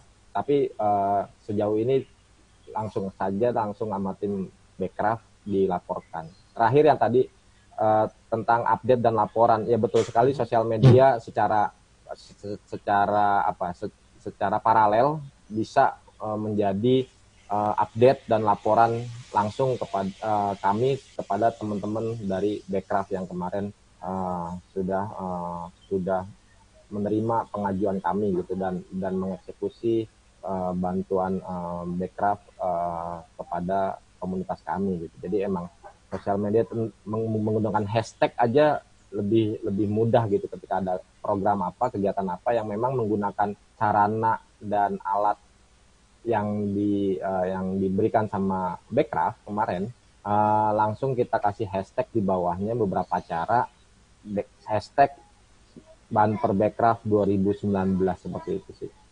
Kurang lebih itu yang bisa saya paparkan pengalaman kami. Mas Arman. Nanti akan saya tambahkan lagi tentang agak cukup panjang sebenarnya ya prosesnya, tapi memang ada beberapa proses verifikasi, kemudian pengumpulan data, persiapan datanya juga sudah harus matang semua ya Mas Arman ya. Betul banget. Benar. Oke, dan yang pastinya ada sesuatu yang harus kita garis bawahi di sini. Mungkin ini bisa sharing untuk teman-teman semua, mungkin juga Mas Arman, dibedakan antara keinginan dan kebutuhan tadi. Pengen mengajukan untuk apa sebenarnya dan kebutuhannya apa saja. Mungkin seperti itu ya Mas Arman ya. Betul sekali. Oke, untuk Mas Jimbo ada yang mau ditambahkan juga dari Mas 56 terkait pendaftaran Banper. Silakan Mas Jimbo. Waduh, gambarnya nih.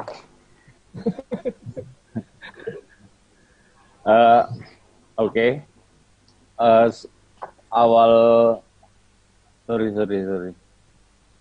Gambarnya kurang. Oke, saya belum bisa melihat Mas Jimbo. Saya belum bisa melihat Mas Jimbo nih dari sini nih. Oke. Ya udah deh, balik lagi ke. Halo. Iya, halo Mas. Iya, halo Mas Jimbo. Pengajuan Banper awalnya itu sebenarnya tidak benar-benar terencana sih. Awalnya kami kenapa mengajukan bantuan Banper ini. Jadi waktu itu kami tempat kami tinggal itu kebanjiran dan bocor sehingga arsip-arsip yang kami kumpulkan selama belasan tahun itu hampir sebagian besar rusak gitu. Padahal itu menurut kami arsip itu adalah harta perjalanan kami selama harta yang paling berharga mungkin ya Mas Jimbo ya. Ya, lalu kemudian kami mengundang teman kami yang seorang arsitek waktu itu untuk bagaimana caranya merancang ruangan ini walaupun banjir mungkin dia tidak akan merusak arsip-arsip yang kami sisa-sisa arsip yang kami miliki. Nah, setelah teman kami yang arsitek itu namanya Nini datang, terus kemudian ngobrol-ngobrol. Waktu itu dia sempat ngomong, kenapa kalian nggak mengajukan aja ke Banper untuk infrastruktur gitu. Terus waktu itu kita syaratnya apa aja sih? Nah, beruntungnya sih waktu itu karena Nini itu di tahun sebelumnya dia dapat bantuan Banper juga dari Bekraf sama dia kayak kelompoknya gitulah, ekonomi kreatif juga gitu. Terus dia ya udah kalau memang bisa mengajukan itu apakah kamu mau gitu. Kami menawarkan langsung ke Nini waktu itu arsitek itu untuk merancang proposal untuk bantuan infrastruktur itu. Ya udah waktu itu kami kemudian memulainya itu sebenarnya tapi menurut pengalaman kami di ruang MES 56, pengajuan banper itu yang ada hal-hal penting yang mesti harus kita perhatikan. Itu yang pertama adalah menggali informasi sebanyak mungkin gitu. Kalau dari berbagai sumber gitu, kalau bisa informasi dari teman-teman kami yang sebelum-sebelumnya sudah mendapat bantuan banper itu. Jadi setelah informasi kami terkumpul, kami kemudian melihat itu ternyata itu untuk mengajukan proposal itu sangat rigid dan detail gitu. Harus benar-benar serius dan fokus ya, Mas Jimbo ya. Nah, karena melihat kondisi seperti itu, kemudian kami yang kami lakukan adalah konsolidasi internal ke dalam komunitas kami, karena untuk mengajukan proposal ini memang harus benar-benar fokus dan melibatkan kalau bisa semua anggota dari komunitas itu ikut terlibat gitu, karena kalau melihat bendelnya itu bisa sampai ratusan halaman gitu, dan tidak hanya proposal aja, tapi itu juga di dalamnya ada syarat-syarat administrasi dan legalitas gitu, itu ribet juga gitu. Jadi setelah kita konsolidasi ya kemudian kita bagi-bagi tugas gitu. Kemudian poin berikutnya yang penting untuk diperhatikan adalah tujuan pengajuan proposal banper itu jelas dan detail dan ya sesuai kebutuhan gitu.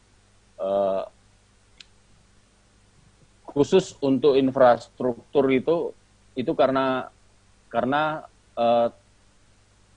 periode kemarin itu kami mengajukan 3 karena ada 3 ini kan. Infrastruktur, sarana ruang, dan sarana TIK. Tapi kami cuma dapat 2. Sarana ruang itu kami nggak tembus gitu.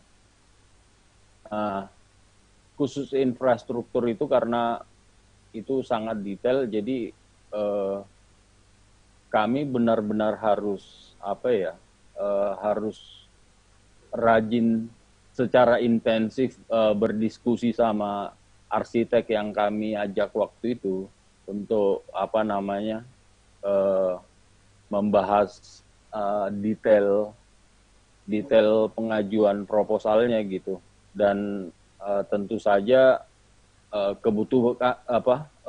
kebutuhan yang memang kami perlukan gitu, untuk ya kebutuhan ruang apa saja gitu-gitu. Betul. Untuk merancang arsiteknya gitu.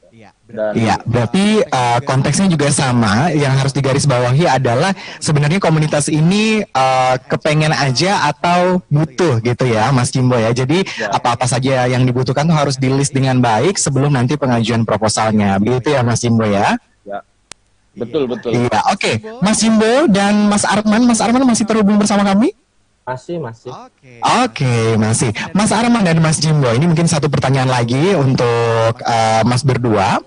Oke, setelah mendapatkan bantuan pemerintah ini, apa yang dirasakan? Apa yang berubah dari komunitasnya? Mungkin dari Mas Arman terlebih dahulu. Oke. Jadi kalau dilihat, saya coba share screen lagi sedikit karena biar ada gambar ya. Pastinya kita lebih upgrade lah ya terhadap beberapa ruang.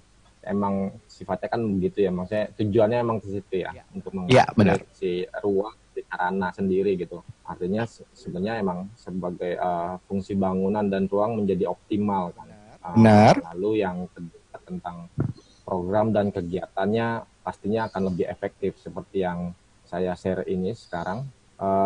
Kemarin setelah mendapatkan serah terima di awal Desember kemarin, kami langsung mengadakan, kami punya ruangan aula yang kurang lebih sekitar 13 kali 9 meter, yang itu lumayan, dan itu mendapatkan hasil dari Revit. Sebelumnya ruangan itu sudah ada, memang cuman belum optimal, belum ada akustik, belum proper lah.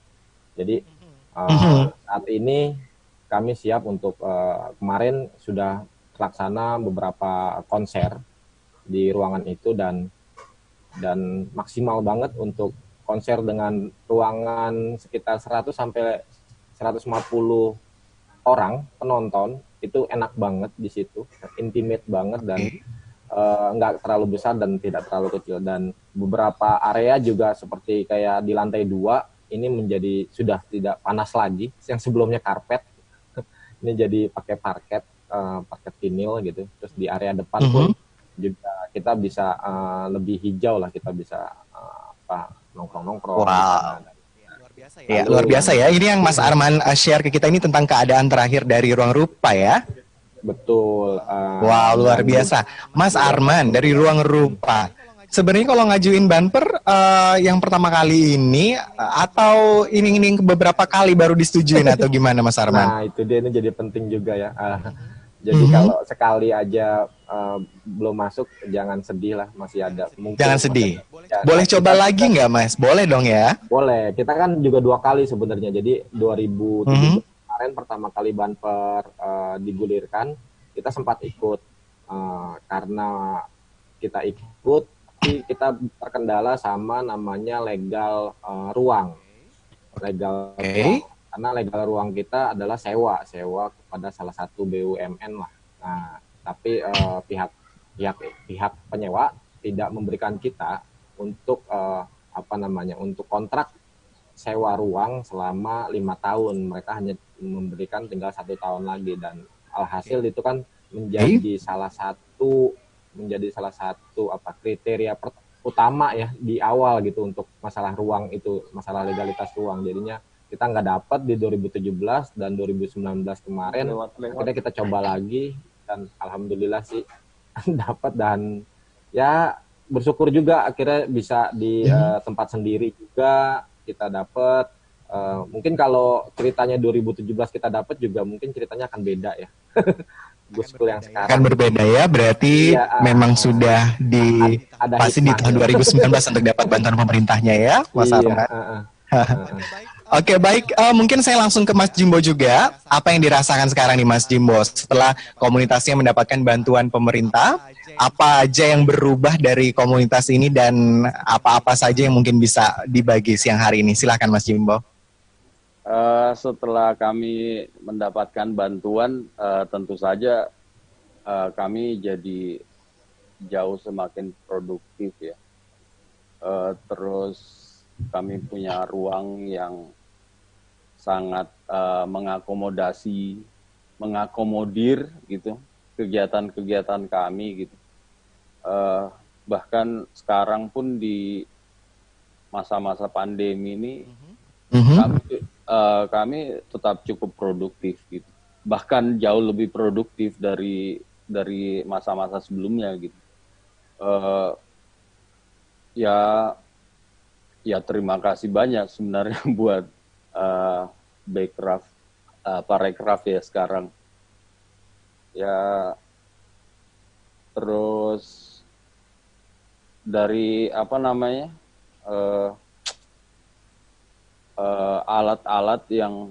alat-alat produksi yang kami dapat juga kemudian kami bisa mengembangkan program lebih lebar gitu. Yang tadinya kami nggak punya studio video editing, sekarang kami sudah punya. Terus studio buat audio juga, recording audio kami sudah punya.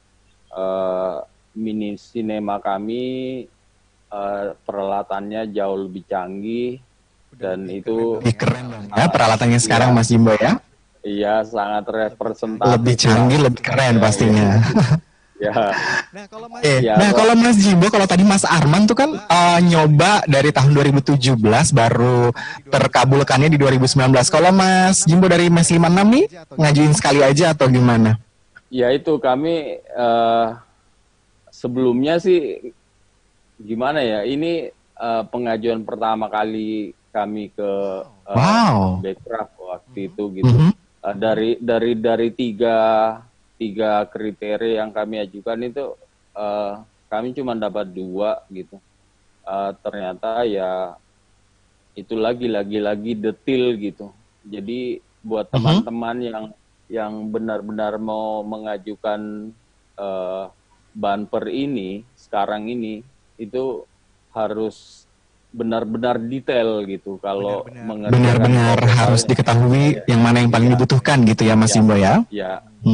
Karena itu harus benar-benar rigid emang. Apa ya Detail gitu ya Mas ya. Iya. Okay. Kamu harus benar-benar ini karena itu complicated gitu. Sangat complicated mengurusnya. Jadi kalau bisa semua anggota komunitasnya harus dikerahkan gitu ya Mas. Iya, harus dikerahkan gitu. Ya, untuk mengurus semuanya, apalagi kalau kayak kami gitu di Ruang Rupa, yang pertama kali Ruang Rupa gagal karena legalitas ruang kan. Kami juga masih memakai ruang yang kami sewa gitu. Tapi kami sudah bikin perjanjian di depan notaris untuk 10 tahun ke depan ruang itu tidak akan diambil alih kembali sama pemiliknya gitu. Iya, bahaya juga kalau misalnya diambil lagi ya Mas Jimbo. Itu penting banget sih sebenarnya. Penting banget. Ya. Oke deh. Baik, terima kasih Mas Jimbo dari MES 56 yang sudah sharing kepada kita semua, dan juga Mas Arman dari Ruang Rupa. Mas Arman. Ya. Iya. Oke, thank you banget, dan semoga ini bisa bermanfaat untuk rekan-rekan pada saat ini menyaksikan acara ini. Sosialisasi ini tentunya sangat bermanfaat sekali, dan boleh nanti kalau pengen tanya langsung ke Mas Arman dari Ruang Rupa dan juga Mas Jimbo dari MES 56 juga boleh ya Mas, nanti bisa berbagi kontaknya juga lewat Instagram atau melalui email juga boleh ya Mas Arman dan Mas Jimbo ya. Oke deh. Baik, terima kasih untuk Ruang Rupa dan MES 56. Sukses selalu untuk komunitasnya dan semakin maju tentunya, dan terus berkreativitas tentunya ya. Baik, terima kasih Mas Arman dari Ruang Rupa dan Mas Jimbo dari MES 56.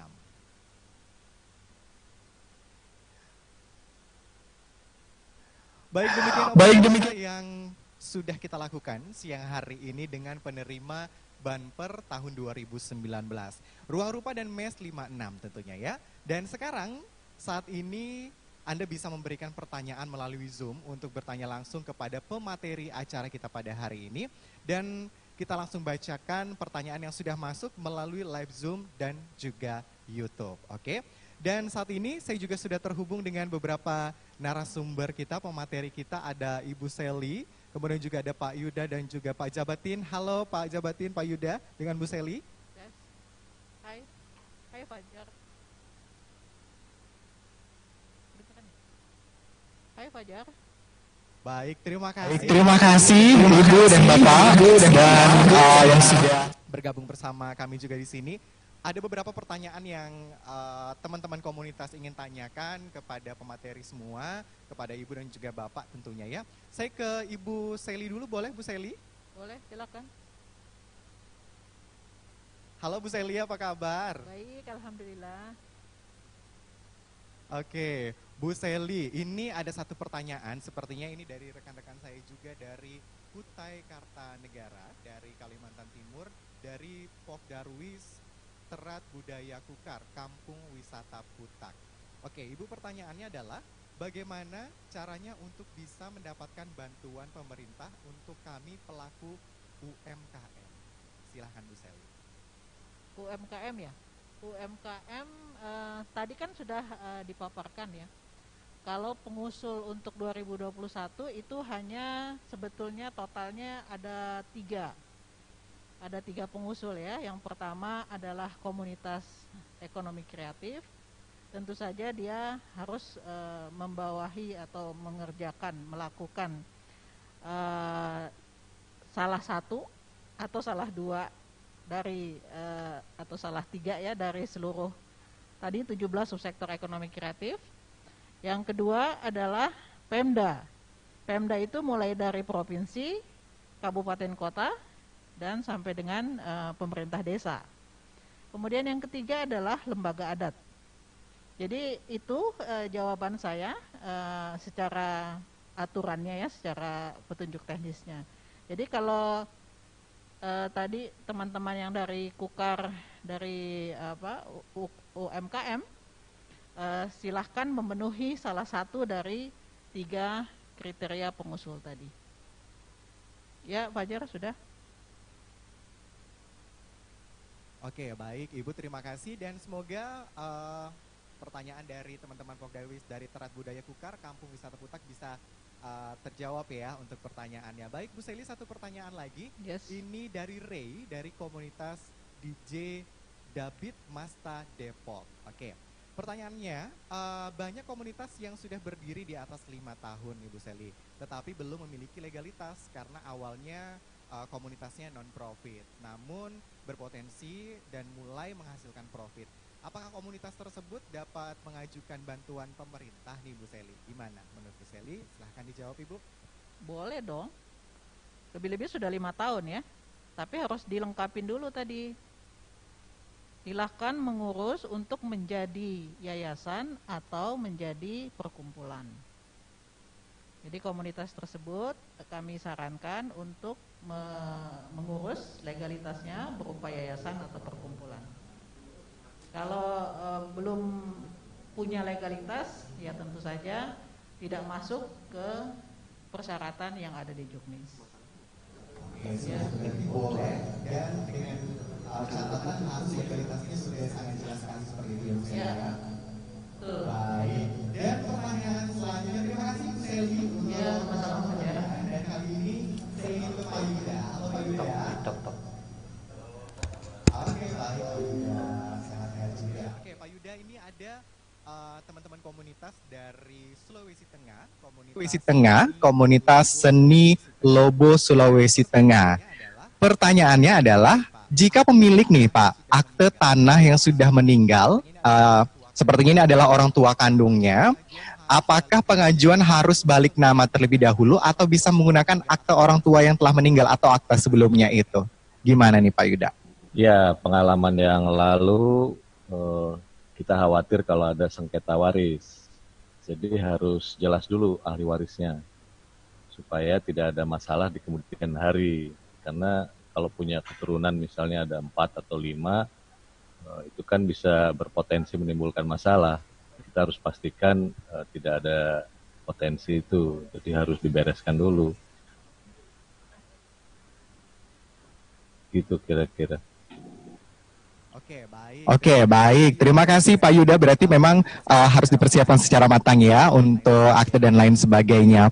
Oke, baik. Terima kasih Pak Yuda untuk menjawab pertanyaannya pada siang hari ini. Dan selanjutnya saya ke Pak Jabatin Bangun. Selamat siang Pak Jabatin. Selamat siang. Baik, gimana kabarnya Pak? Kabar baik, sehat ini. Senang Kabar baik.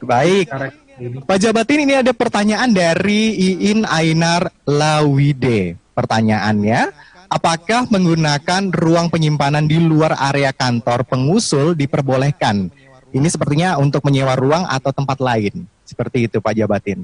Sebaiknya sih kalau mengusulkan itu, dia bersatu lokasi atau bersamaan dengan tempat di mana kegiatan dilakukan.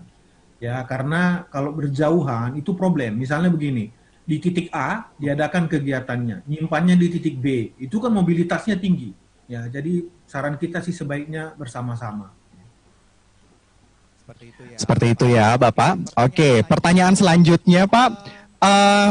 Apakah pemohon dapat mengajukan 2 paket sekaligus nih Pak untuk revitalisasi? Boleh 2 nggak Pak mengajukan ini atau gimana nih Pak Jabatin? Boleh. Ini pertanyaannya dari Sanggar Indra Kusuma. Boleh, 2 paket itu boleh dua-dua diajukan sekaligus. Tergantung dari tadi keperluannya gitu ya. Jadi asal memenuhi syarat itu dua-duanya boleh. bahkan sebenarnya dulu itu 3 itu. Ya, tadi sudah dijelaskan oleh Ibu Direktur, itu berkenaan dengan teknologi informatika dan komunikasi. Tapi sekarang menjadi sarana, gitu. Jadi boleh. Oke, berarti boleh untuk mengajukan 2 paket sekaligus ya Pak Jabatin ya. Oke, semoga Sanggar tadi yang sudah menanya bisa jelas ya untuk jawabannya tentunya. Terima kasih Pak Jabatin, Pak Yuda dan juga Bu Seli yang sudah menjawab pertanyaan dari rekan-rekan kita beberapa bagian Indonesia tentunya yang mereka sudah menjawab ya kegundahan. Yang mungkin masih bingung tentang Banper, tentang bantuan pemerintah ini tentunya ya. Baik, terima kasih untuk penanya dan selamat untuk Anda mendapatkan pulsa senilai Rp150.000.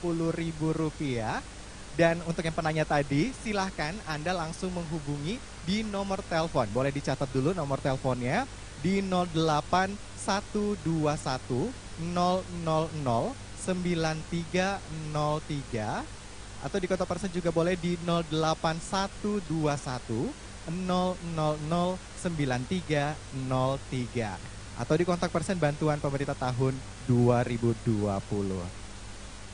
Baik, dan Anda juga bisa mengikuti lomba rayakan kemerdekaan dan silahkan untuk mengunjungi HUT ri75.kemenparekraf.go.id. Untuk jelasnya, kita saksikan video berikut ini. Hai Indonesia, rayakan momen detik-detik 75 tahun kemerdekaan Republik Indonesia dengan ikuti lomba Rayakan Kemerdekaan. Caranya, maknai lagu Indonesia Raya dengan sikap sempurna saat sirine berbunyi pada 17 Agustus 2020 jam 10.17 waktu Indonesia Barat. Sertakan aktivitas merawat dan percantik lingkunganmu. Rekam semua dalam video berdurasi 3 menit. Kirim ke HUT ri75.kemenparekraf.go.id. Isi data diri, unggah video, dan langsung kirim. Total hadiah senilai Rp1 miliar. Yuk ikutan, kirim paling lambat 24 Agustus 2020. Info selengkapnya kunjungi website. Ayo kerja bakti, kerja bersama, kita bangkit untuk Indonesia maju. Baik, tidak terasa kita sudah sampai di penghujung acara sosialisasi pada siang hari ini. Terima kasih untuk kebersamaan Anda dan semoga sosialisasi ini dapat membawa manfaat untuk Anda seluruh komunitas yang ada di Indonesia. Sebelum berpisah, kita akan dihibur kembali oleh rekan-rekan saya dari Sekar Kedaton, Kutai Kartanegara, Kalimantan Timur. Dan untuk Anda yang sudah terdaftar untuk mengikuti webinar di jam yang sudah ditentukan tentang penyusunan proposal Banper Infrastruktur Ekraf tahun 2021, silahkan masuk ke ruangan webinar sesuai dengan jam yang sudah ditentukan. Tetap jaga jarak, selalu jaga kesehatan Anda, tetap sehat tentunya. Saya Fajar Kurniawan, terima kasih dan sampai jumpa.